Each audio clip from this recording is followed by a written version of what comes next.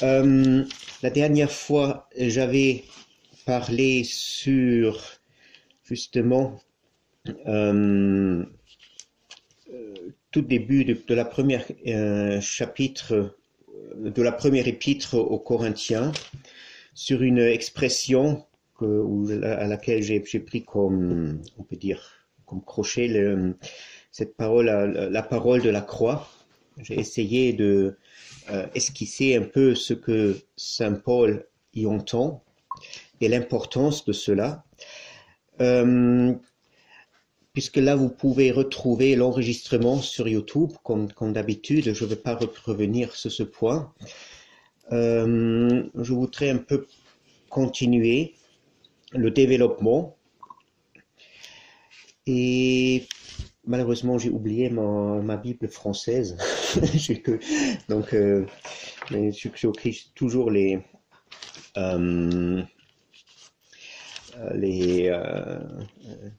traductions. Moi, je voulais continuer au deuxième chapitre maintenant de la même première épître.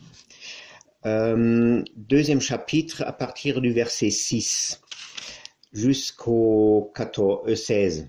Alors, une dizaine de versets. Là, puisqu'il me manque un peu la traduction, vous avez sur votre... Est-ce que je peux avoir simplement que je lise? D'accord, merci. Ça, c'est très...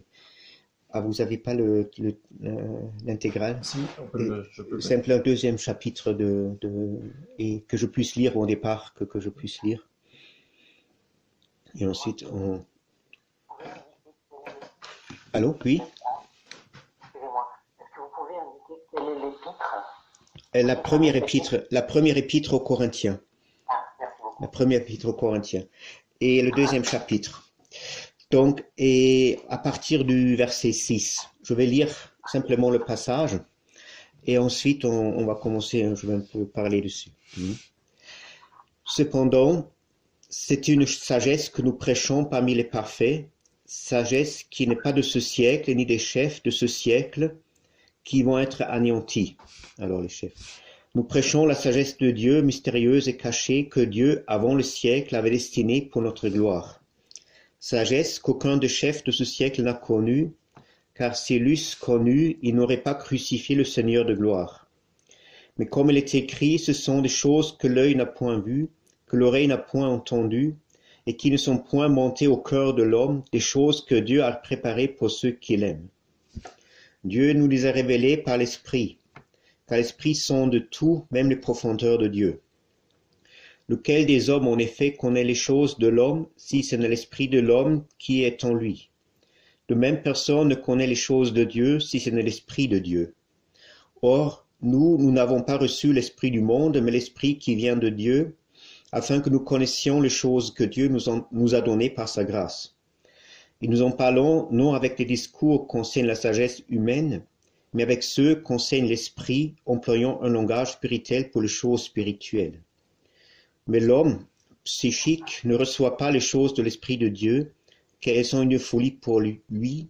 Il ne peut les connaître parce que c'est spirituellement qu'on le juge. L'homme spirituel, au contraire, juge de tout, et il n'est lui-même jugé par personne. Car qui a connu la pensée du Seigneur pour l'instruire? Or, nous avons la pensée du Christ. Merci. Voilà, c'était la traduction de Louis II que j'ai lue. Donc, on a ici les conséquences, on peut dire, les développements de ce que saint Paul a exposé au départ. Et pour rappeler, pour son souvenir, il parlait là du caractère particulier de son chérigme. Son chérigme qui n'est pas, comme il disait, il a repris ici dans le passage que je viens de lire, qui ne repose pas, disons, sur ce qu'il appelle une sagesse humaine. Il s'est exprimé autrement un peu avant, Sophia Logou, une sagesse de la parole. Là, il voulait dire simplement une parole, disons, telle que nous pouvons la former, et en partant, en définissant la parole. Il faut comprendre la parole, pour reprendre ça aussi, pour les anciens, la parole, on peut dire, c'était la forme de l'esprit humain, tout bête et simple. Hein. C'est là où l'esprit se donne une forme, il devient saisissable. Hein.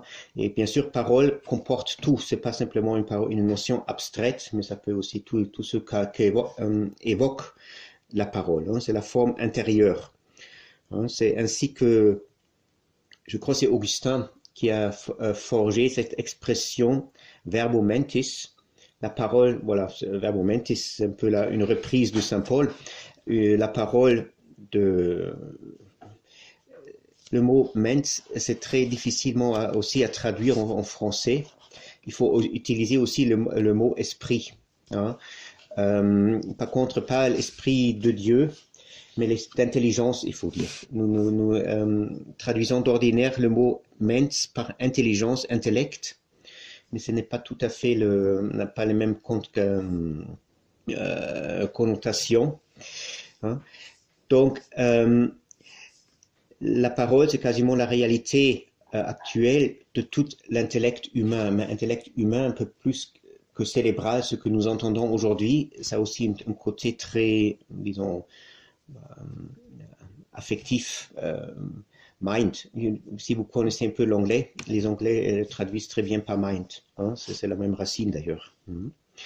Donc, Saint Paul avant avait exposé le caractère spécifique de la parole que lui, il prêche, puisque cette parole-là, comme j'avais essayé de expliquer la dernière fois, ressort d'une expérience de la croix. Hein, la parole que Saint Paul prêche, elle mène à la croix, elle ressort en même temps de la croix. Hein.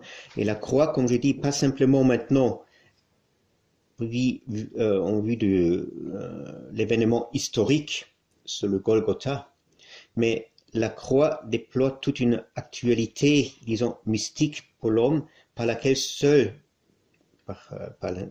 lorsque l'homme l'atteint seulement, il entre dans la réalité du Christ. Et c'est la parole que Saint Paul prêche qui a la capacité d'ouvrir cette réalité ou cet événement mystique. Hein. Et bien sûr, là, la parole, lorsque une fois elle nous a menés à ce point où on peut dire au pied de la croix, et la croix s'ouvre, c'est là où s'opère une sorte d'intégration dans la divinité, hein, par la parole. Et c'est maintenant de cette intégration dans la vie divine, telle qu'elle se manifeste dans l'incarnation de Jésus-Christ, que Saint Paul parle ici. Hein. Il a joué précédemment, dans le paragraphe précédent, sur une certaine antinomie ironique entre la parole divine, la parole de l'apôtre, que justement les chefs, comme il traduit second, les archontes, ceux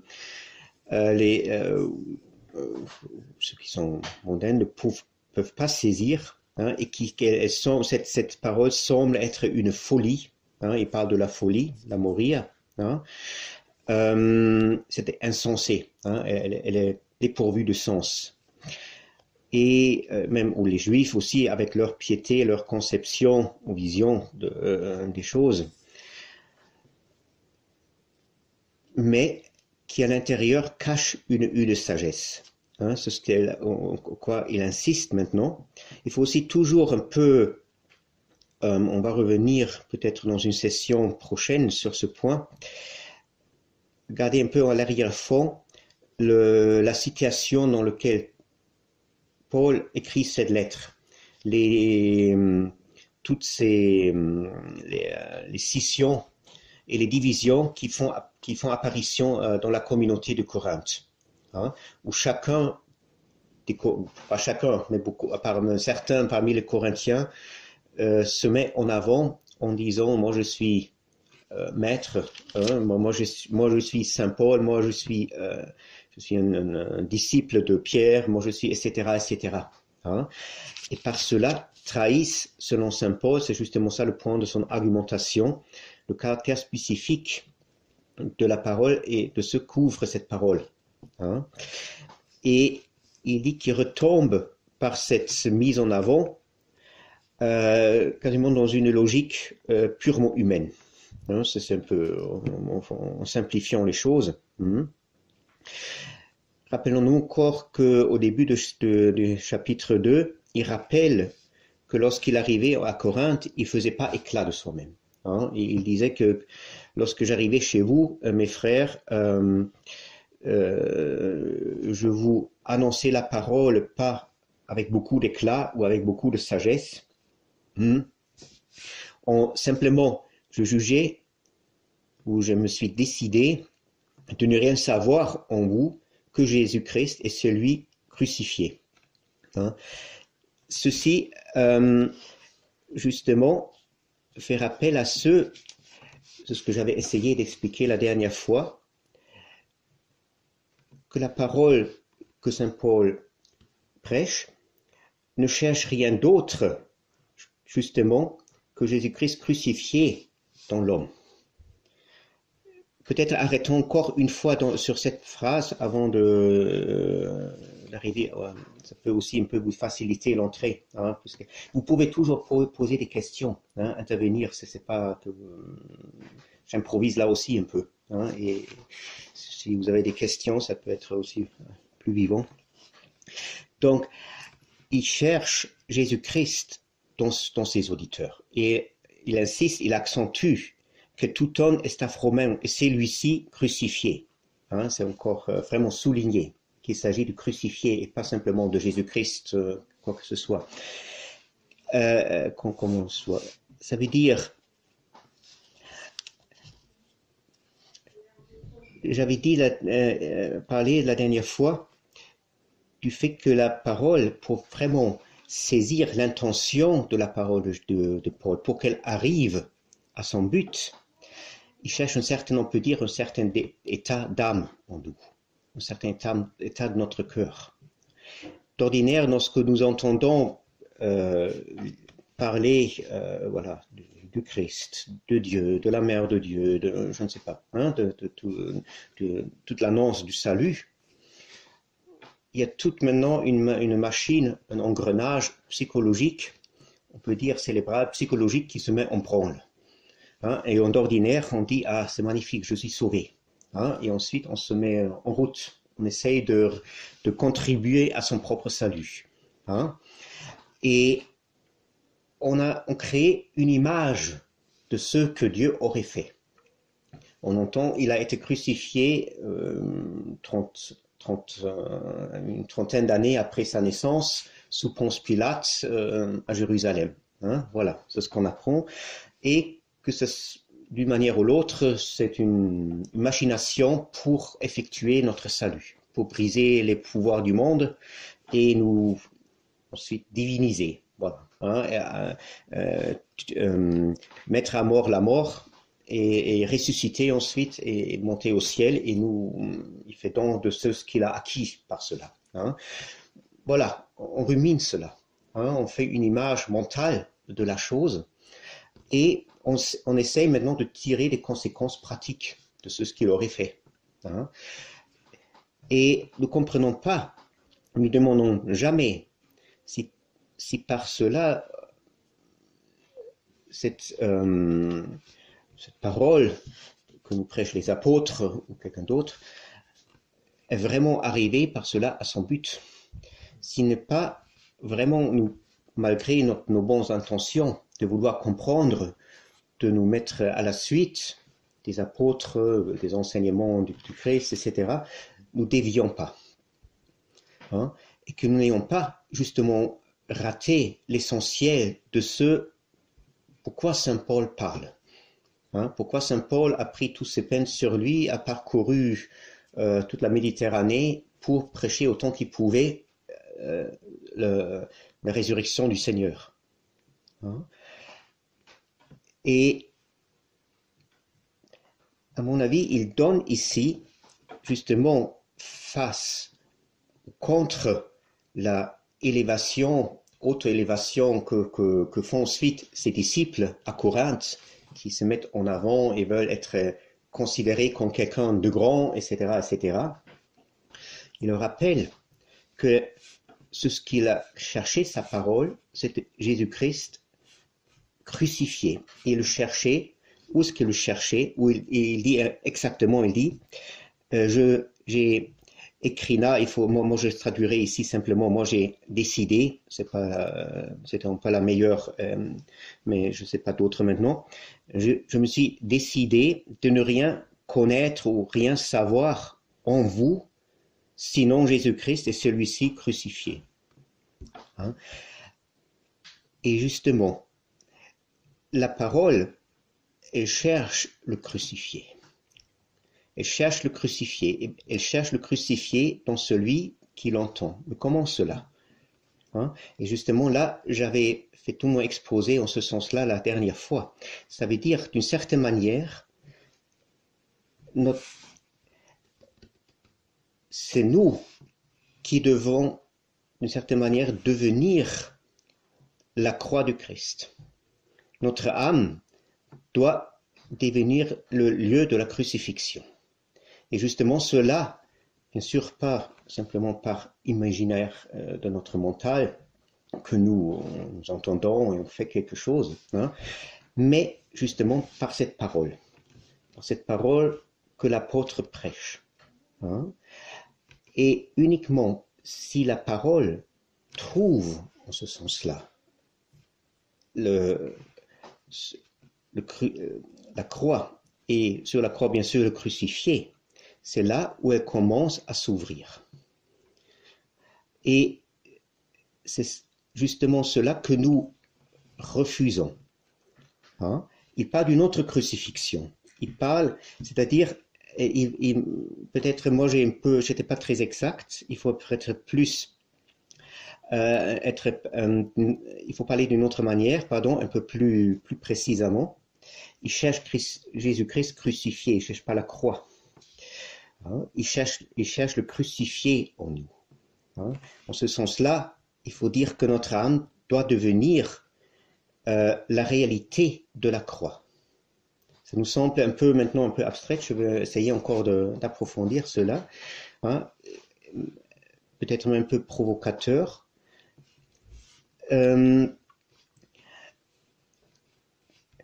J'avais parlé la dernière fois longuement justement de la kénose du Christ.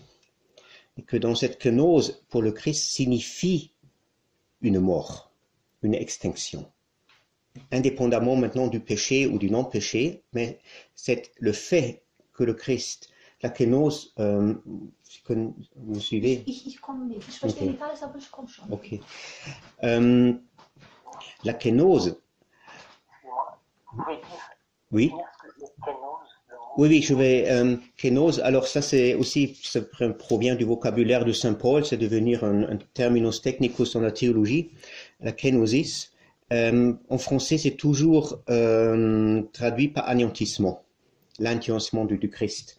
Ce qui réfère à un endroit, à l'épître aux Philippiens, le 2e chapitre, où il dit que le Christ, qui était égal à Dieu, qui était dans la forme de Dieu et égal au Père,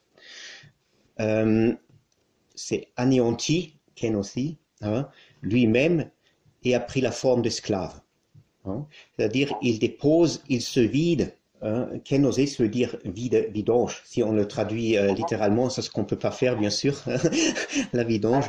Mais il s'est vidé de toute divinité en lui. Il a déposé tout ce qui était divin en lui pour en même temps assumer ce qui n'était pas. Hein? Justement, ça aboutit finalement dans le fait qu'il est devenu homme. Et donc, la kénose, ainsi, signifie une sorte d'extinction même du logos.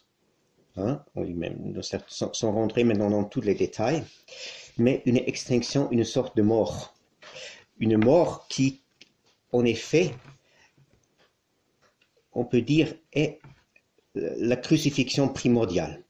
L'Écriture parle d'un sacrifice du Logos avant la fondation du monde, et sur lequel repose Sur ce sacrifice repose la fondation du monde. Hein. C'est dans l'épître aux Éphésiens et dans l'Apocalypse. Hein. Un point qu'on ne prend pas suffisamment en considération. Et ça veut dire qu'il y a déjà un sacrifice qui rend possible l'existence du monde. Hein.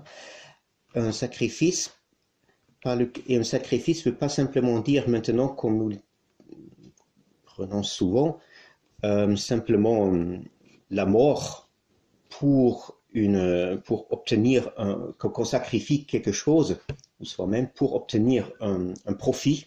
Hein. D'ordinaire, on sacrifie quelque chose d'autre que soi-même, ensuite pour avoir un profit, pour en tirer profit. Hein. Le Christ dit dans l'Évangile, il n'y a pas plus d'amour que si on meurt pour ceux qu'on l'aime. Hein, alors là, il parle véritablement du sacrifice de la kénose, on peut dire, puisqu'il faut comprendre que la mort du Christ, la mort de Dieu, n'est pas une mort où Dieu disparaît comme ça, mais c'est un passage finalement dans un autre être. Il ressuscite dans un autre, on peut dire en ce cas-là, dans la créature. C'est un passage où elle fuse la vie qui est quasiment mise en suspens dans une créature qui devrait être capable de le saisir, de le recevoir, cette vie. Hein? Et justement, on peut dire que le péché trahit ce sacrifice primordial. Hein? En finalement sacrifiant, encore une fois, le Christ sacrifié en lui pour vraiment maintenant tourner ou pour tirer un profit, disons, égoïste pour une vie propre, mais qui n'a rien à faire ou qui renie Dieu. Hein. Il veut donc, il faut comprendre, on peut dire, si vous voulez, ce sacrifice que le Christ accomplit, ou le Logos accomplit, signifie qu'il se met un peu en suspens. Une potentialité. On parle dans la physique d'une énergie kinétique, une énergie potentielle. Hein, la kinésie, c'est l'énergie vraiment opérante, tandis que l'énergie potentielle, bon, tout le monde sait, on peut l'activer si on a la clé ou tout ce qui est nécessaire pour cela. On peut dire que donc cette mort signifie qu'il est devenu certainement potentialité. Maintenant, il faut là l'autre pôle, hein, ou une sorte de touche qui est capable, où ça peut redevenir une énergie opérante, une énergie kinétique. Hein. Et là, justement, l'attitude de la créature est essentielle. Hein, puisque si maintenant, la créature, elle peut fermer et faire de sorte que cette énergie reste à l'extérieur. C'est pas par hasard que, à maintes fois dans la Bible, surtout dans l'Apocalypse par exemple, le Christ est figuré comme le pauvre à l'extérieur, il frappe à la porte et attend qu'on ouvre. Hein, et ensuite, il entre et il y aura le festin mystique, n'est-ce pas? Il va servir à la table. Hein. Justement, puisqu'il va infuser une sorte, on peut dire, si l'on veut, force, puissance de sa kénose, qui finalement va grandir ou se déployer, comment dire, oui, se développer maintenant, mais dans la créature, dans la forme de la créature. Hein? Et justement, c'est ce Christ-là que cherche la parole dans l'homme. Parce que l'homme, on peut dire, comme j'avais dit, la parole de la croix est une récapitulation de tout le mystère du Christ. Je ne veux pas répéter tout ce que j'avais dit la dernière fois. Elle porte en elle. Ce n'est pas simplement une idée, ce n'est pas comme notre parole, n'est-ce pas, qui évoque chez nous quelques émotions, quelques souvenirs, quelques idées abstraites. Hein. Ça, c'est la parole humaine. C'est une parole sans réalité, finalement. C'est pourquoi toutes ces discussions dans la philosophie, hein, pour pour la valeur réelle de la parole. Hein. Mais en tout cas, en principe, la parole humaine en elle-même, elle n'a pas beaucoup de réalité. Hein. C'est un flacus vocis, comme disaient les médiévaux souvent. Hein. Est très éphémère. Hein. On la parle et elle a disparu. Mais il faut comprendre que la parole des apôtres, et ça c'est quelque chose qui nous semble incroyable. Hein.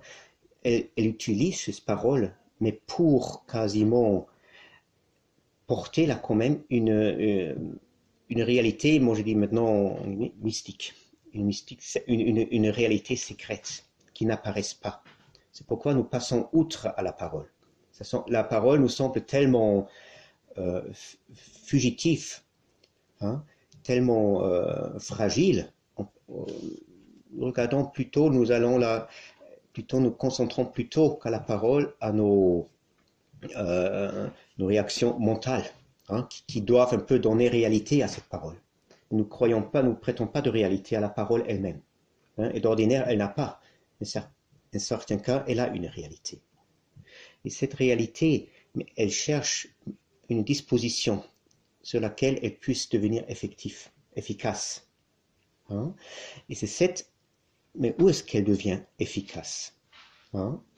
Et là, justement, il dit, il cherchait que Jésus-Christ tout en estaphromène, celui-ci crucifié. Hein? Et ça veut dire que d'ordinaire, nous concevons notre vie, tout notre être, hein, avec lequel aussi, voilà, notre être, comme quelque chose de, comment dirais-je maintenant, bien défini et clos. Hein, c'est un sujet avec certains attributs, il y a un certain peut-être bon,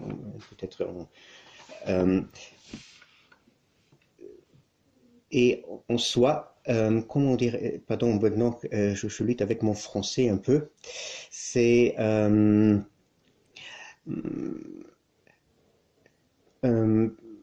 oui, comme on peut dire, nous le considérons comme un fait incontestable, comme voilà, et nous sommes là. Hein, et de ce que nous sentons, que nous percevons, hein, dans tout notre quotidien, on ne peut pas imaginer qu'il y aurait autre chose.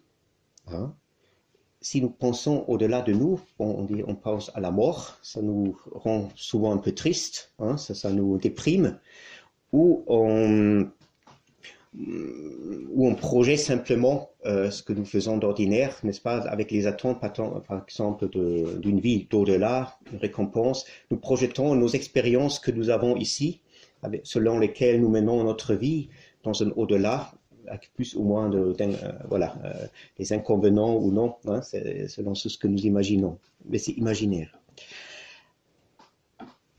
Et il faut comprendre, donc nous croyons, moi je n'appelle ça, pour être simple, bon, il y a tout bien sûr un apparat maintenant philosophique là, mais simplement un sujet, hein, un sujet, un porteur, sujet, subjectum, c'est ce qui porte, un porteur, hein, c'est quelque chose qui est en dessous et qui porte quelque chose. Tout un fondement. Hein. Donc, on se considère comme un sujet et qui serait l'objet de toute l'histoire du salut. Toutes les œuvres de Dieu doivent être, c'est ce que nous pensons, et au profit de ce sujet que nous sommes. Et bien sûr, lorsque nous entendons ensuite de Christ, l'apôtre qui prêche, on essaye de nous améliorer. On essaie d'améliorer ce sujet. On a quelques comportements, alors on est coléreux, on a des idées de, je ne sais pas, luxure, de gourmandise, et on essaye un peu de nettoyer, hein, de ce que nous croyons que ça plaît plus à Dieu. Hein. Et avec la force du Christ, on s'imagine aussi que le Christ il va venir, il donne quelques aides, on ne sait pas trop comment, hein, et on change d'habitude. Hein, voilà. Ainsi, on croit de passer dans l'au-delà. Et on ne réfléchit pas. Hein. Moi, j'ai dit maintenant que ce sujet-là n'est pas l'objet comment dirais-je, des actes ou de Dieu. Hein? Pour lui, la créature ne se résume, ou on peut dire comme ça, le sujet sur lequel nous posons toute ensuite nos espérances de salut. Hein, puisque nous disons le Christ est venu pour cela. Hein, même si le sujet au départ n'était pas, mais le Christ quasiment il s'est soumis à ce sujet pour le porter et élever dans le ciel si seulement nous montrons obéissants et bienveillants vers ce but. Pour Dieu, ce sujet s'élève au moment seulement où quasiment nous sacrifions encore une fois le Christ sacrifié. Et nous sacrifions en ce moment-là en ce sens que nous ne permettons pas justement que ce sacrifice du Christ vient à son but. Nous fermons, si j'ai dit le sacrifice tend ou a pour but quasiment de pouvoir s'infuser, de passer dans un autre être. Hein? Cet être doit avoir, on peut dire, s'imaginer une certaine ouverture. Hein? Pour que, on parle du sang du Christ qui s'infuse, alors on peut dire il faut une ouverture pour que le sang du Christ, qui par son sacrifice, même son sacrifice primordial, puisse entrer et former ensuite un nouvel organisme dans lequel il se révèle. Hein? Et justement, nous ne permettons pas que ce sang entre, mais nous projetons, sans entrer dans les détails maintenant, une existence propre. Hein? Une existence propre qui veut, ou qui prétend d'être peut-être agréable à Dieu. Hein? Il faut comprendre que c'est un point très important pour comprendre aussi l'argumentation de saint Paul contre la loi juive. N'est-ce pas? Vous savez bien que dans toutes ces lettres, ou en grande partie de ces lettres, il argumente contre les Juifs de son époque et contre la justice qu'eux, ils pensaient de pouvoir tirer d'une obéissance, d'un accomplissement à la lettre de la loi de Moïse. Hein? Et il faut comprendre que ce sujet, cet ego qui se forme justement en sacrifiant encore une fois un Christ sacrifié, qui s'est sacrifié lui-même. Hein? C'est ça la source justement de l'auto-justification. Hein? Et donc, il ne s'agit pas simplement d'une critique, d'une fausse compréhension, du rituel, ou je ne sais pas. La critique de saint Paul, peut-être on va lire un jour un peu dans certains passages dans l'épître aux Romains, ou ça c'est ou aux Galates, où il vraiment traite avec véhémence contre ces idées-là. La critique de Paul, si on peut parler de critique, finalement vise un acte, on peut dire, puisque ce sujet, cet ego, c'est ce que nous, finalement, ça, peut-être ça c'est mieux de parler d'ego, c'est plus compréhensible, et c'est finalement ce qui se passe là. Hein. C'est l'origine de l'ego. Hein. Ce Paul s'attaque à quasiment un acte primordial qui constitue l'ego. Hein. Et un ego qui est irréconciliable du fait de son existence même avec Dieu, puisqu'ils ont une travestie de la créature. Ce n'est pas la créature que Dieu a créée. Nous croyons toujours que Dieu nous a créés d'une manière ou l'autre, on ne sait pas trop comment, mais on dit, hein, mais nous ne sommes pas la créature de Dieu en état d'ego. Nous sommes la créature de notre propre volonté, si l'on veut. Hein. Mais ce n'est pas une nécessité, hein, ce n'est pas une fatalité. Nous ne sommes pas condamnés pour cela. Et justement, maintenant, imaginons que la créature s'ouvre, donc qu'elle ne se referme pas en elle-même pour devenir un ego qui espère de devenir égal à Dieu, hein, qui considère comme rapine d'être égal à Dieu, et contrairement au Christ qui ne considère pas que c'est une rapine d'être égal à Dieu, mais c'est un acte de sacrifice qui s'infuse pour devenir notre organisme. On peut dire, voilà, parler un peu comme ça. Hein? Donc, imaginons que cette ego s'ouvre ou s'efface, puisque un ego qui s'ouvre n'est plus un ego, hein, pas au sens-là. En ce moment-là, la créature devint, on peut dire, la forme en récipient. Ce que les anciens, souvent, aussi dans Salomon, dans les Proverbes, symbolisent par l'image du calice, cette ouverture, n'est-ce pas, qui reçoit, qui est un récipient. Il y a cette beau phrase, vous connaissez certainement, je crois que ça vient du film, là, qui dit que dans la fenêtre, ce qui est plus important, c'est le trou, le vide. C'est ni le cadre, ni le mur autour, mais c'est le vide. On peut dire que la même chose pour le kratir, pour le calice. C'est le vide qui est intéressant. Et ce vide devient quasiment une forme de Dieu. Parce que c'est là, dans ce vide, qu'un s'infuse finalement le sacrifice du Christ. Et ce vide même est la forme intentionnée par ce sacrifice. Ce vide même est constitué et porté par le sacrifice du Christ. Et c'est ça que Dieu considère comme créature proprement dite. Et c'est ça que la parole cherche en l'homme. Elle cherche ce cratère. Il dit, je cherche le Christ crucifié. Il veut dire, il ne cherche pas un ego qui s'imagine maintenant plus humble, plus pécheur, ou je ne sais pas, tous ces psychologismes que nous mettons en acte pour nous aligner à ceux que nous considérons le mystère de la croix. Mais il cherche justement la réalité de ce sacrifice primordial du Christ. Que la parole puisse d'abord activer, on peut dire. Et j'espère que vous avez un peu pu suivre mes explications. Donc, oui. Merci. Oui, d'accord. Merci beaucoup. Donc, et là, donc, c'est pour ça, nous disons souvent on se demande souvent, on peut souvent entendre, surtout des gens qui sont un peu critiques envers tout ce qui est religion, ou christianisme en particulier, pourquoi, si le Christ est venu, a sauvé le monde, a même vaincu la mort, et voilà, ressuscité, monté au ciel, pourquoi le monde continue comme ça? Pourquoi est-ce qu'il fallait envoyer les apôtres et prêcher, etc. Pourquoi est-ce qu'il ne se manifeste pas cette résurrection, cette gloire de Dieu dans l'homme?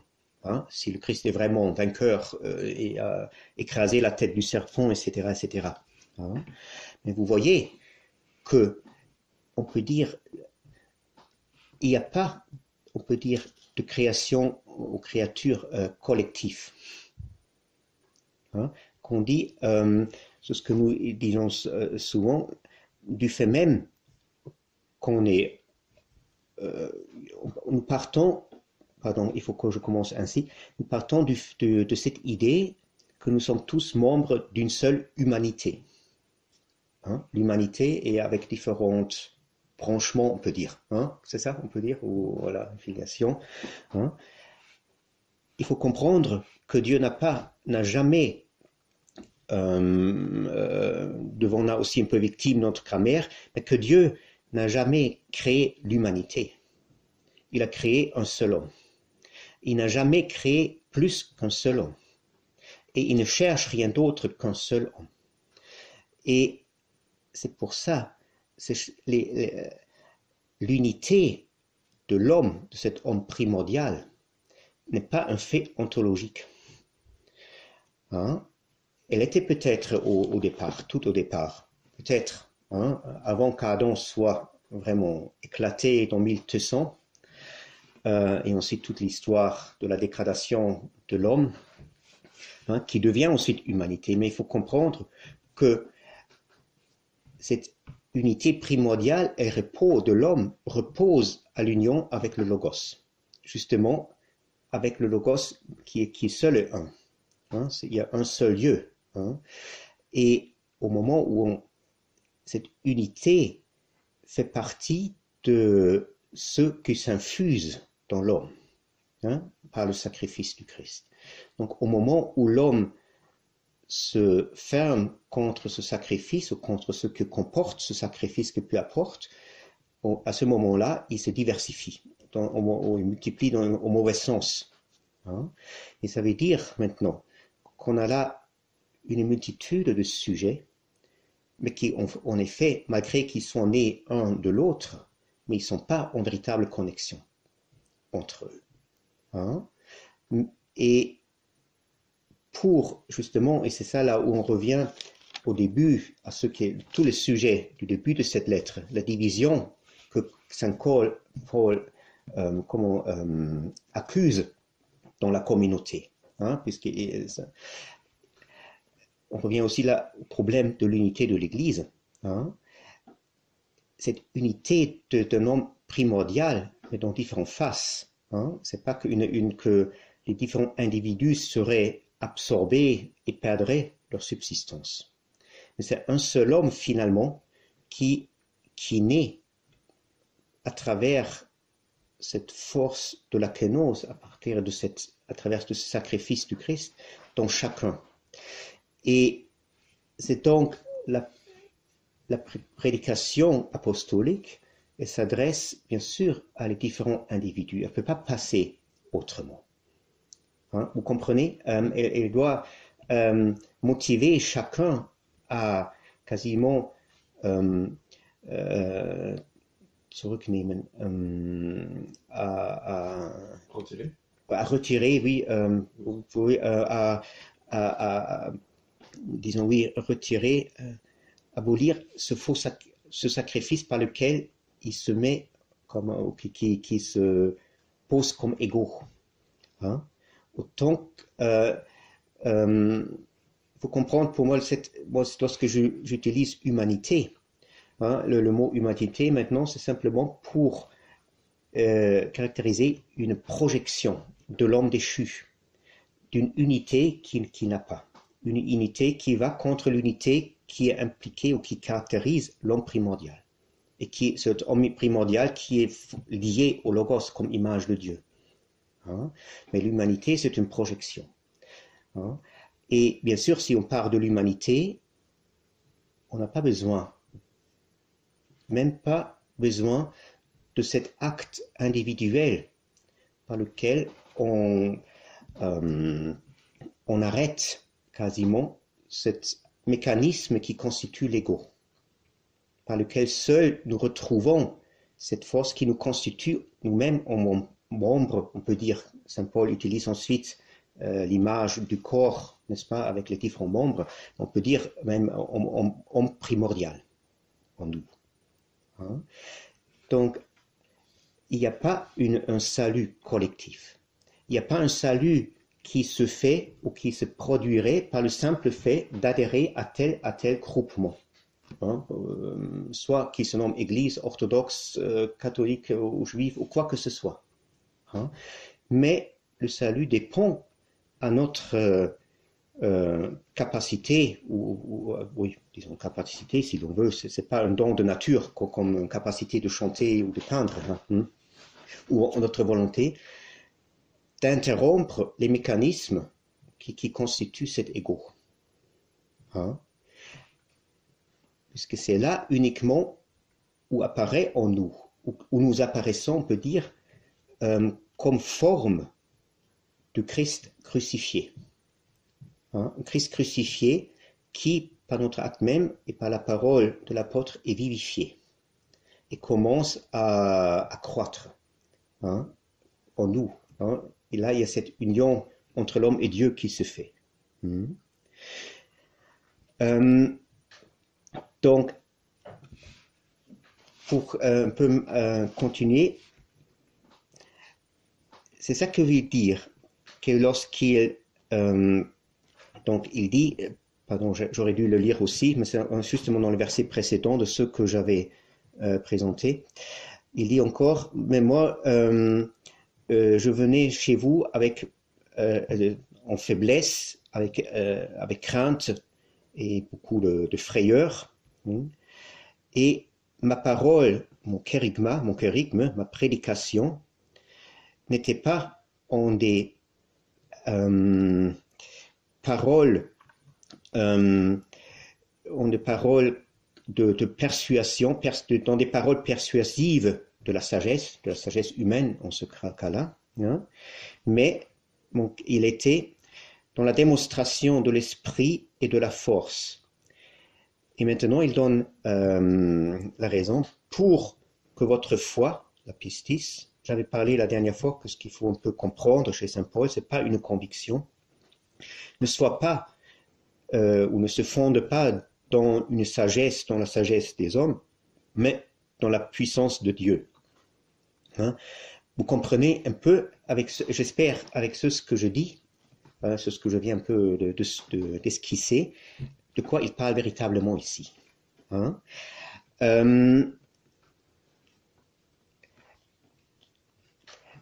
Et maintenant, il continue en disant, mais nous parlons une sagesse dans les parfaits. Hein? Une sagesse qui ne vient pas de ce monde-ci, ce aeon-ci, hein? Et que les chefs, les archontes, voilà, de ce monde n'ont pas connu, hein? Ou qui n'y appartient pas au chef de ce monde. Hein? Donc, avec ce qui veut dire ici de sagesse, hein, il a des marques clairement de ce que nous entendons d'ordinaire sous le mot sagesse. Pour nous, sagesse, c'est une habilité, hein, un savoir, une connaissance qui nous rend maîtres de toutes les situations. Hein, c'est dans le sens commun. Hein. Ici, ce qui veut dire sagesse, c'est toute cette intentionnalité, on peut dire. Et intentionnalité, ce n'est pas simplement un but abstrait, un projet abstrait, mais c'est vraiment là, on peut dire, toute cette réalité divine qui est l'égalée au Père. Hein? Cette réalité divine par laquelle le Fils lui-même était égal au Père et qui lui a même déposé dans sa quenouille pour en faire part justement à ceux qui par nature ne pouvaient pas avoir part à cela. Hein? C'est ça qu'il appelle sagesse ici. Hein? On peut bien sûr encore plus différencier, hein, en ceux qui, comment maintenant les relations de Dieu avec la sagesse, ça ne nous intéresse pas ici. Il suffit de comprendre qu'il ne s'agit pas d'une faculté, d'une capacité ou plus ou moins psychologique. Mais justement, cette sagesse, elle s'ouvre dans la parole. Et il la parle. Mais bien sûr, elle passe inaperçue pour ceux qui restent dans l'ego. N'est-ce pas? C'est logique. Hein? Puisque cette parole, puisqu'elle vient justement de ceux que cette sagesse a pu prendre une forme dans une créature et quasiment former une récapitulation dans la parole d'elle-même. Et maintenant, elle se communique. Elle se communique là où elle peut être saisie. Et il dit un peu plus loin, j'avais lu, je crois que c'est toujours un peu mal traduit, c'est dans le verset, dans le verset 13, deuxième chapitre 13, il reprend encore une fois ce que nous disons, ou de ce dont nous parlons, pas dans des paroles enseignées par la sagesse, par une sagesse humaine, mais qui sont enseignées, par l'esprit. Et maintenant, ce qui est très important et qui est d'ordinaire pas très bien traduit, en grec, pneumatikis, pneumatika synkrinondes, c'est-à-dire en reliant, ou joignant, relier, joindre, relier les choses spirituelles aux spirituelles, ou par des choses spirituelles. On peut maintenant dire les deux. Qu'est-ce que ça veut dire? Puisque d'ordinaire, c'est, je ne sais, j'ai oublié maintenant comment il a traduit second là, dans votre version, c'est le 13e, 2.13, mais il s'agit du mot synkrinondes, synchrinome, et d'ordinaire, ils traduisent par comparer, ce qui n'est pas faux non plus, mais ce n'est pas la première signification du mot. Alors ils comparent les choses spirituelles avec d'autres choses spirituelles, un peu comme ça. Qu'est-ce qu'ils ont là? 13. Employons un langage spirituel pour les choses spirituelles. Non, ça c'est pas, ça c'est vraiment pas bon. Il est vraiment pas employé là. Hein. Il faut comprendre que synchronomé veut dire dans la base de faire le lien, faire un lien, nouer un lien. Donc, par des choses spirituelles, alors c'est-à-dire ici, c'est moi qui ajoute chose ici à cause du français, et simplement par le spirituel, les spirituels sont liés. C'est-à-dire par la parole. Excusez-moi. Yeah. La traduction dans hostie, c'est pas la traduction seconde, mais la traduction dans la Bible hostie, dit exprimant en termes spirituels des réalités spirituelles. Oui, mais c'est pas exprimé non plus.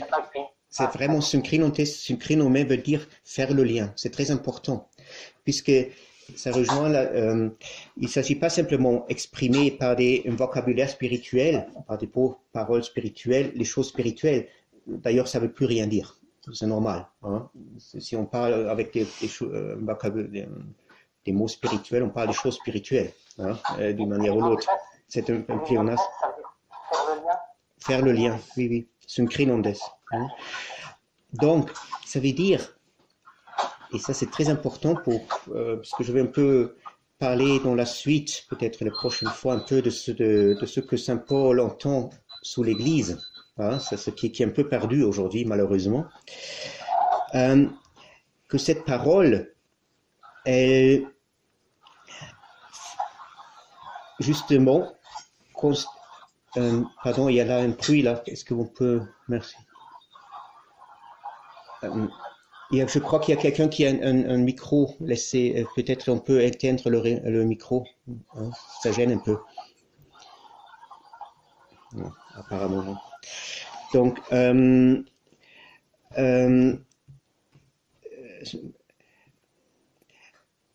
cette unité, justement, de l'homme primordial maintenant, hein, il faut dire, si on a 2 ou 3 hein, qui ont su justement recevoir cette puissance qui ressort du sacrifice du Christ, hein, qui ont donc vivifié dans lequel le Christ commence ou a pris vraiment la forme de leur sujet. Maintenant, il faut encore rompre quand même une certaine isolation hein, due au fait que les individus sont quand même, au moins dans notre état, éloignés un de l'autre. Hein. Et justement, cette unité, elle se produit par la parole. La parole quasiment crée, puisque le fonctionnement reste toujours le même. Hein, lorsque quelqu'un parle, l'autre internalise qui a été dit, et il s'approprie cela, hein, et ça crée une sorte de nouvelle unité en lui. Hein, on peut dire, de changement, on s'assimile à si ça nous a plu, hein, ce qu'on a dit, ce qu'on a entendu. Hein, donc, il y a quasiment ici réciproquement, comme on dit, un échange. Hein, un échange. Mais un échange ici qui pas simplement nous rend un peu plus, nous adapte mutuellement un peu plus à l'autre, mais qui vraiment construit à l'intérieur de chacun cette unité de l'homme primordial. C'est-à-dire par la parole que l'apôtre maintenant parle, comme il dit, parmi les parfaits. C'est-à-dire ce sont cette parole ne doit pas nécessairement différer de la parole qu'il adresse aux débutants. Mais il s'agit de ce que quelqu'un peut saisir dans cette parole. Hein? Et ceux qui savent vraiment saisir le véritable impact de la parole, à cause de ce qu'il appelle ici la perfection. La perfection, d'ailleurs, ne signifie pas un état au-dessus du nuage, où on n'est plus touché de plus rien, n'est-ce pas, dans une béatitude parfaite. Ça veut dire c'est la capacité de saisir dans toute situation, dans toute constellation, justement, cette intention de Dieu. ou cet impact de la parole, ou de cet impact du sacrifice du Christ. Hein? Et en le saisissant, en assimilant cela, on crée quasiment, on recrée en soi-même cette unité de l'homme primordial. Hein? C'est pour ça, et c'est ça le but, on peut dire d'une certaine manière, de la réunion de chrétiens finalement dans l'office, dans l'Église. Hein? D'ordinaire, pardon? Excusez-moi, Ferdinand. Quand vous dites l'homme primordial, c'est l'homme créé avant le péché, avant le... Oui, bien sûr. Oui, bien sûr. D'accord. Oui. L'homme que Dieu a vraiment créé dans les questions dans la Genèse, par exemple, hein, tout au début. Et donc, qui est vraiment à l'image de Dieu. Hein, voilà. Et d'ordinaire, nous avons l'idée, et ça fait, là vous allez comprendre pourquoi Saint Paul est tellement scandalisé du fait des divisions qui se produisent à Corinthe. Hein. D'ordinaire, nous allons à l'église parce que nous disons pour y trouver un Dieu que nous ne croyons pas avoir ailleurs. Hein, c'est un peu la... On dit, voilà, là est vraiment Dieu. Et on dit, voilà. Hein, et en dehors de la participation au sacrement, je ne sais pas, etc., il y a moins de Dieu. Hein. Mais il faut comprendre que les anciens, là, au moins la communauté de Saint Paul, si je la comprends bien, j'ai toujours préféré aussi discuter mes thèses, mais je comprends bien, ils se réunissent parce qu'ils ont Dieu.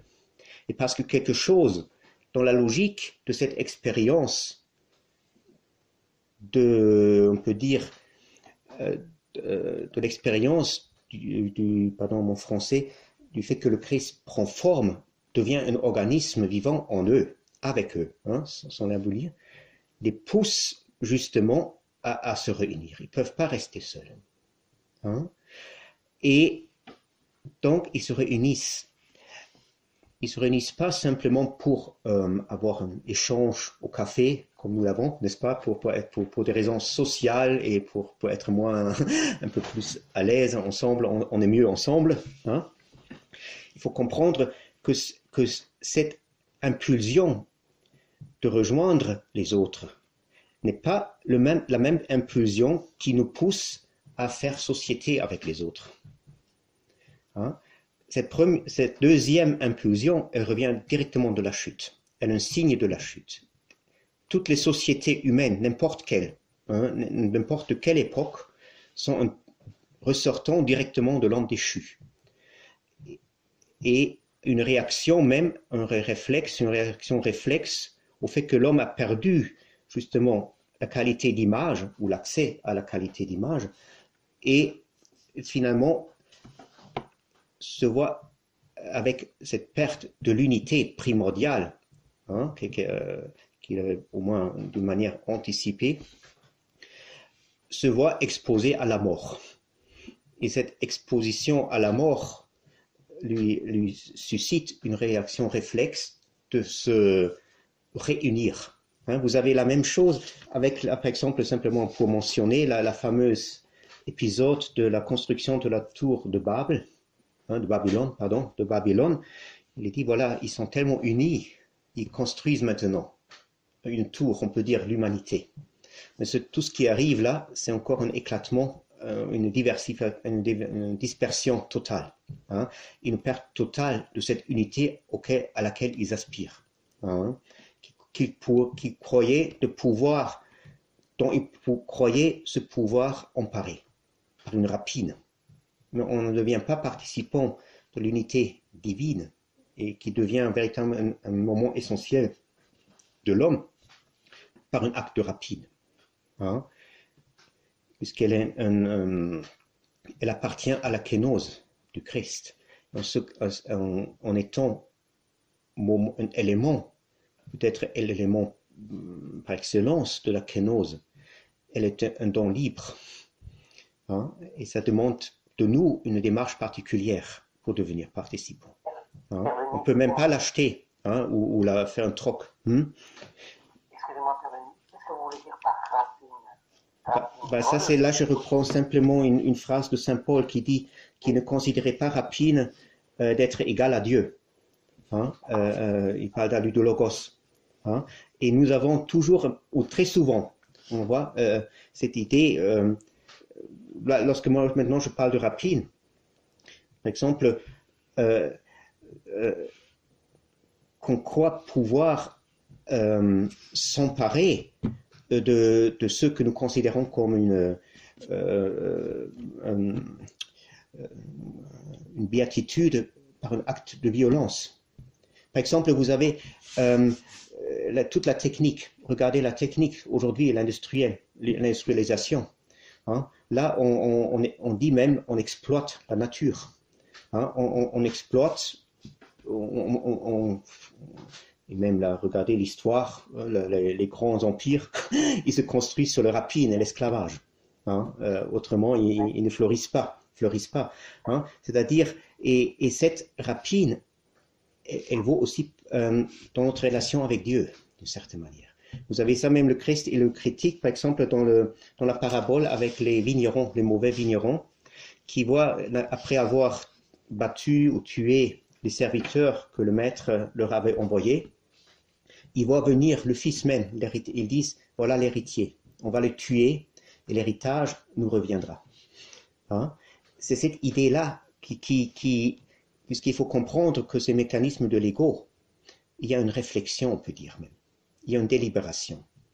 Hein? Il y a quelque chose en nous qui veut, par cette réflexion, voilà, l'héritier, nous allons le tuer et l'héritage qu'il comporte, c'est nous qui allons le conserver. Hein? Il revient ensuite à nous. Hein? C'est ainsi que se constitue l'ego. C'est pourquoi l'égoïsme n'est pas par hasard. Hein. Vous avez aussi la même chose au début des Proverbes, je crois, ou dans la sagesse de Salomon, où il décrit la pensée des vilains, là, qui disent « Rejoignez à nous, nous allons faire les brigands ». Je ne sais pas, je n'ai pas le texte maintenant exact. C'est au début de la sagesse de Salomon, ou des Proverbes, où il décrit comment pensent les mauvais. Hein, qui disent alors on va piller l'étranger, etc. On va ramasser le bien des veuves qui ne peuvent pas se défendre, etc. etc. Ce sont des images hein, qui dessinent une perversion dans notre relation envers Dieu. Qu'on croit qu'on puisse mettre la main sur Dieu lui-même, par notre propre force, disons, une force de ravisseur. Hein. Et justement, nous sommes toujours très indulgents avec nous. Cette impulsion de ravisseur, elle se cache dans beaucoup des impulsions, disons, psychologiques, même dans notre piété, dans nos prières, etc. Hein. Elle n'est pas du tout innocente. Mais je ne veux pas trop maintenant parler de cela. Donc, ce qui est intéressant là, que l'histoire, on peut dire, l'histoire du salut, l'histoire voilà, de l'œuvre du Christ, hein, ne se termine pas simplement par le fait que maintenant, voilà, quelqu'un a peut-être acquis une certaine expérience de Dieu. Hein, comme on dit, voilà, pour nous, souvent on dit, on voit la lumière, ou je ne sais pas, hein, la lumière divine, évidemment. Hein, et maintenant, on progresse là dans cette expérience, mais il faut comprendre que cette expérience, c'est quasiment par cela, comment on dit, elle met en nous une nouvelle impulsion. Une impulsion qui a pour but, ou qui veut restaurer justement cette unité primordiale de l'homme. En partant maintenant de tous les individus dans lesquels a lieu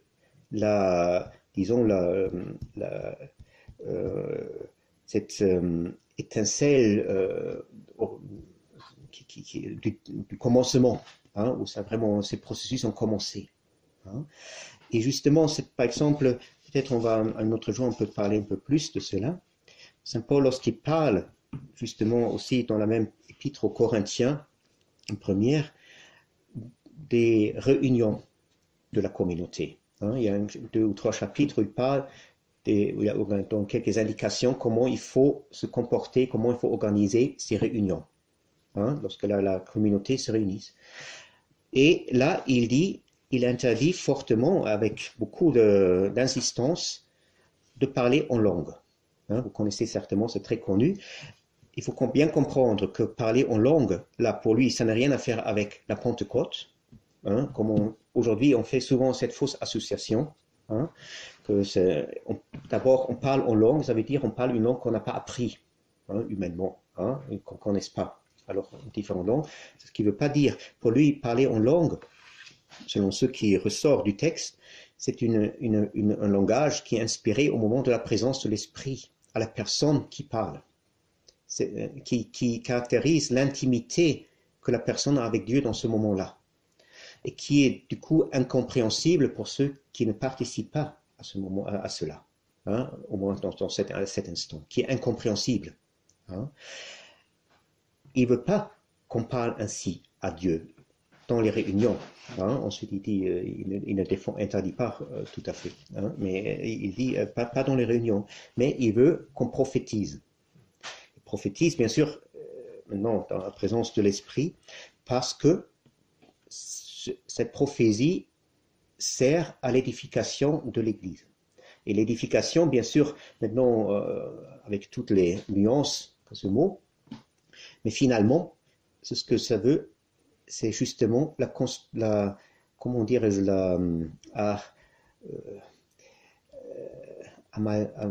amalgamer, c'est pas bien. Oui, amalgamisation, on peut dire ça, voilà, de ce homme nouveau, et qui se fait à travers la parole prophétique. Hein? La parole prophétique, c'est justement la parole qui est compréhensible, en tout cas pour l'autre. Hein? Comme lui ici, il dit, s'il était venu chez les Corinthiens en parlant en langue, personne ne serait converti.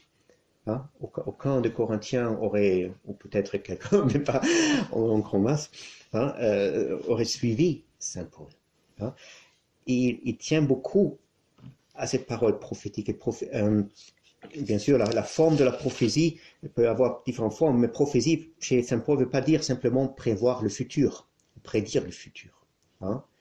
Mais c'est une parole qui provient directement, qui est quasiment dans la lignée du kérygme, et qui vient directement de l'expérience, justement, de cette réanimation, on peut dire, du Christ crucifié dans l'homme, hein, par laquelle cette réanimation s'exprime, devient communicable. Hein, et c'est donc dans la parole où se fait le lien qui fait de plus en plus fondre, on peut dire fondre un dans l'autre, hein, les membres de la communauté. Hein. C'est-à-dire, il se constitue une unité qui est au-delà du rassemblement numérique, mais qui est une réalité spirituelle qui est justement manifestée, procurée et manifestée en même temps par la parole. Hein. C'était ça le sens des hymnes, des lectures, etc. etc. Hein. Et là, vous comprenez, peut-être pour revenir un tout petit peu, premier chapitre où il dénonce les Missstände, les déviations dans la communauté corinthienne, où chacun dit car chacun de vous dit, moi j'appartiens à Paul, moi je suis d'Apollos, moi de Képhas, et moi de Christ. Il dit, et ça c'est pas simplement une phraseologie polémique, est-ce que le Christ sera divisé, hein, ou particularisé, hein, ou est-ce que ce sera Paul qui serait été crucifié pour vous, ou est-ce que vous serez baptisé au nom de Paul, etc. Hein? C'est-à-dire, il voit que les Corinthiens, sous prétexte de leur acquis spirituel, puisqu'ils parlent quand même à une communauté, on dit charismatique. Charismatique n'a pas le mot, la signification là maintenant qu'on dit aujourd'hui, hein, les communautés charismatiques. Hein. Ça veut dire charismatique vraiment, au moins il y avait un comparti où vraiment ce mystère du Christ était ouvert. C'est ce que je veux dire maintenant par charismatique. Donc vraiment, il vivait dans cette don du sacrifice de l'incarnation du Christ. Hein.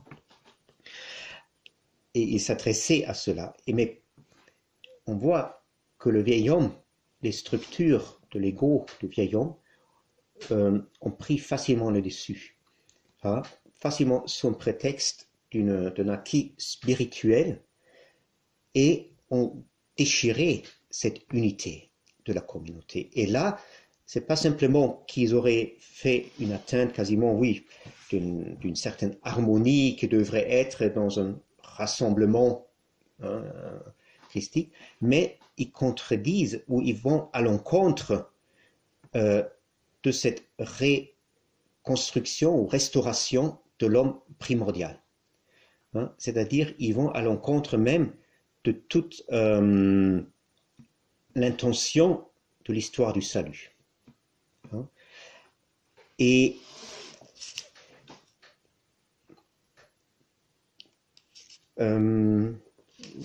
oui, hein, ils vont à l'encontre, c'est une manière donc que sous un couvert de défendre une vérité, une connaissance plus haute, peut-être qu'on dit que à l'autre, ou plus juste que l'autre, on commence à saper finalement l'œuvre de Dieu et le rendre quasiment, le déconstruire, hein, comme on dit aujourd'hui.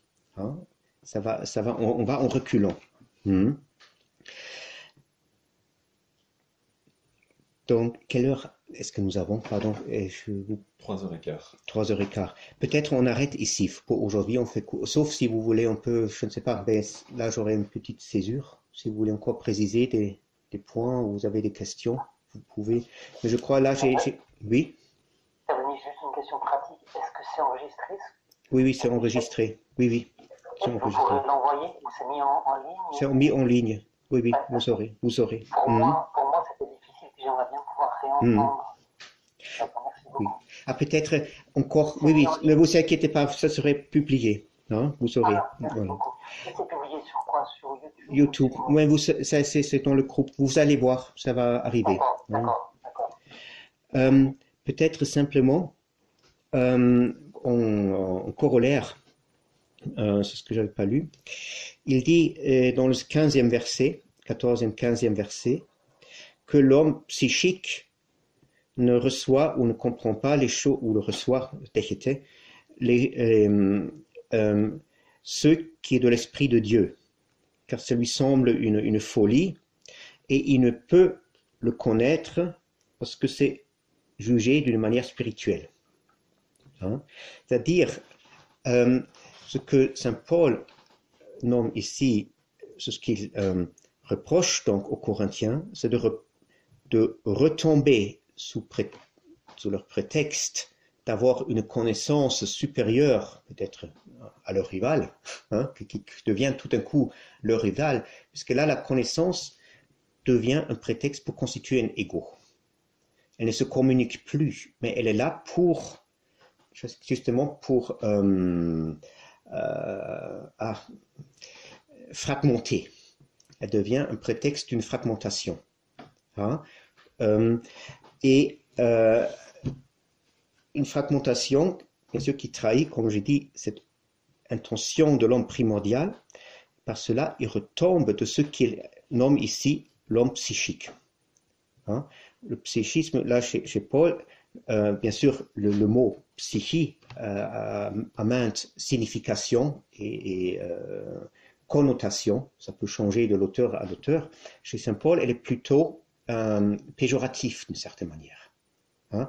C'est vraiment une chute, des signes vraiment une chute d'un certain niveau, on peut dire maintenant, ou de la vie spirituelle. La vie qui a été initiée justement par l'esprit, par cette ouverture envers le sacrifice, par la réalisation du sacrifice du Christ dans l'homme. Hein? Et autant que l'homme ne participe pas véritablement à ce sacrifice, il est psychikos. C'est-à-dire c'est tout un ensemble de mécanismes, ce que nous avons le psychisme, hein, qui se met en place et qui, d'une certaine manière, nécessite justement, présuppose justement que le Christ ne devient pas pleinement réalité dans l'homme. Hein? C'est ce qu'il appelle ici psychique. Et cet homme, bien sûr, il ne peut pas comprendre les choses de Dieu, puisque la compréhension des choses de Dieu s'ouvre uniquement lorsque s'ouvre cet accès au sacrifice. Hein? Lorsque l'homme devient capable, par un acte, comment dirais-je, vollenden, oui, accomplir justement l'intention du sacrifice du Christ. Hein? Tant qu'il n'a pas fait, ces choses-là lui semblent insensées. Et il va par exemple à l'église ensuite, s'il devient d'une manière croyant, mais sans avoir ouvert cela, il va à l'église pour un autre propos. Pour un propos parce qu'il a un certain besoin. Il est malade, il est seul, il a un besoin de Dieu, comme ça, hein, ça flotte. Hein. Et sans le savoir, il ne va pas pouvoir participer à la vie réelle de l'Église. C'est ça le problème.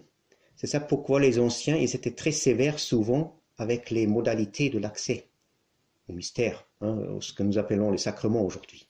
Hein. Ils demandaient beaucoup, hein, mais ce n'était pas une exclusion sociale. Voilà, on le fait montrer qu'il est le nouveau venu, etc. C'était une perception, ou on peut dire la reconnaissance des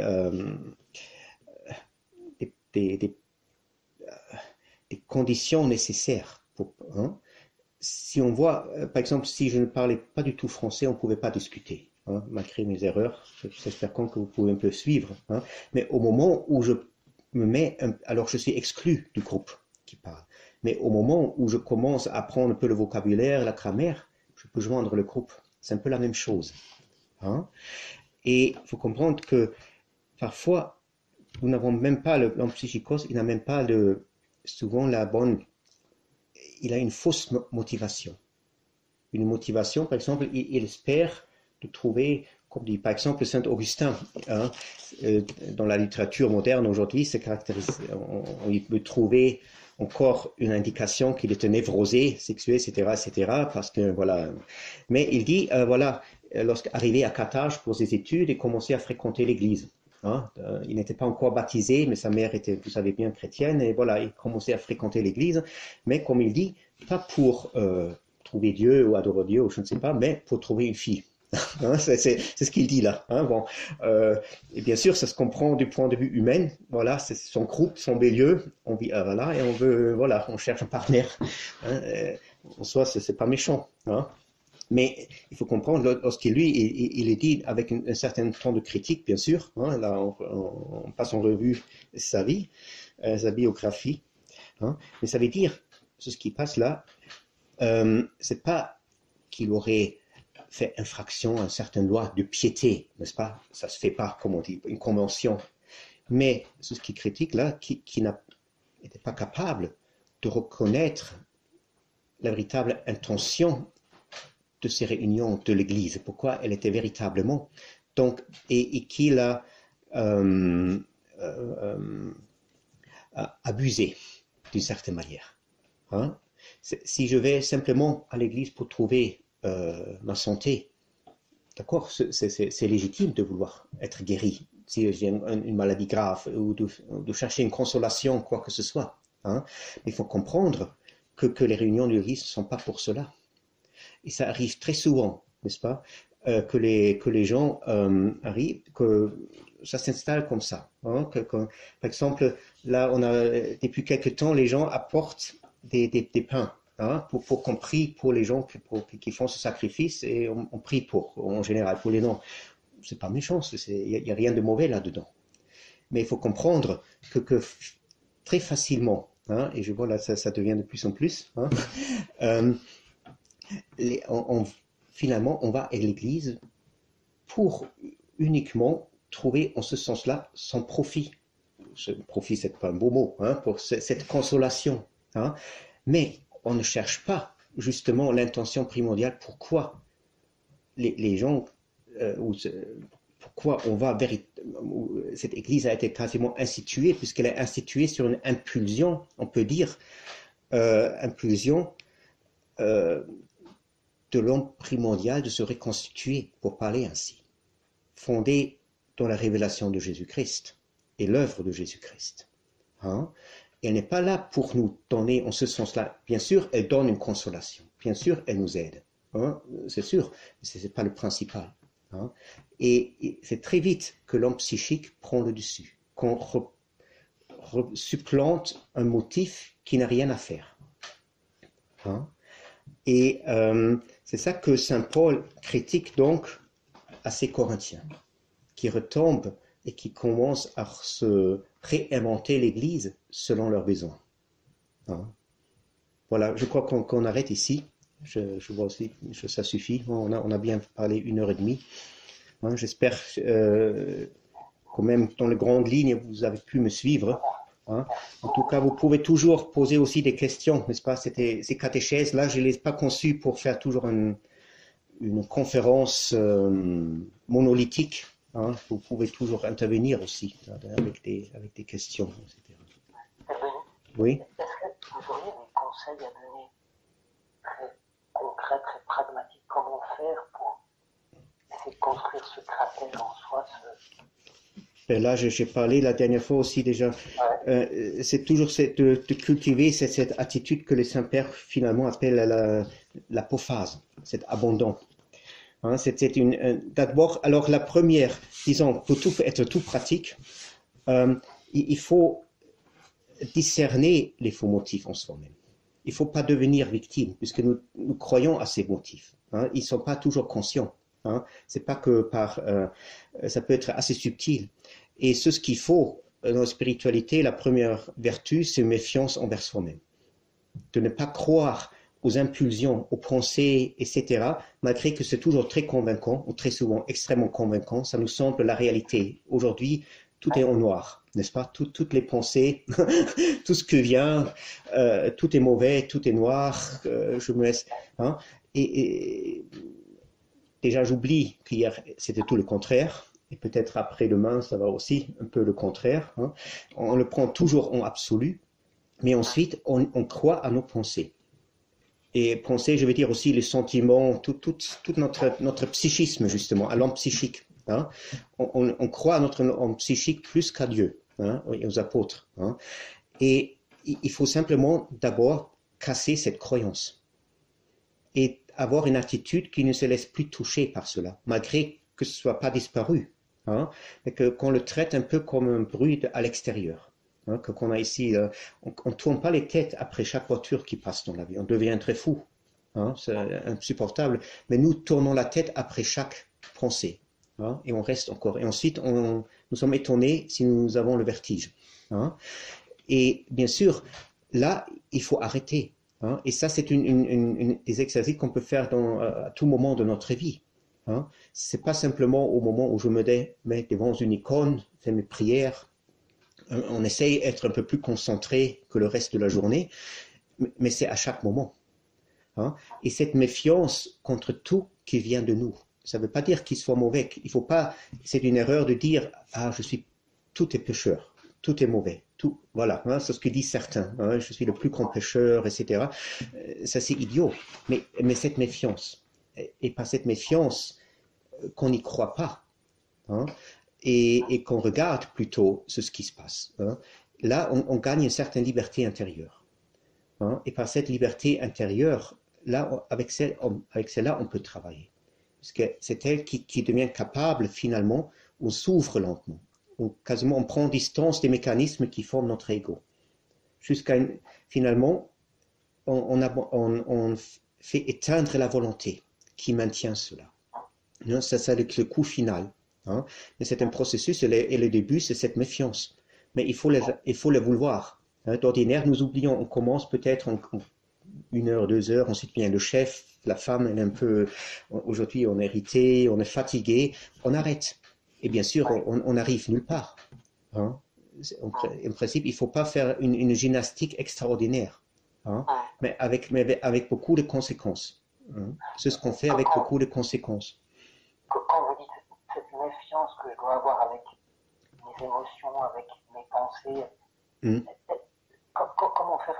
Souvent, je me sens coupable de ne pas faire comme ci ou pas faire comme ça, de ne pas faire toutes les prières qui sont dans le livre. Oui, mais ça fait partie de ces mêmes émotions. Oui, bien sûr, ça fait partie.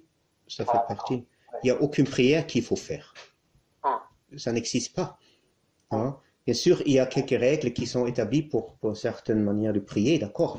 Mais il faut aussi comprendre que la prière que nous faisons, elle doit nous transformer finalement. Et c'est ordinaire, ce ne sont pas ces règles qui nous transforment. Hein.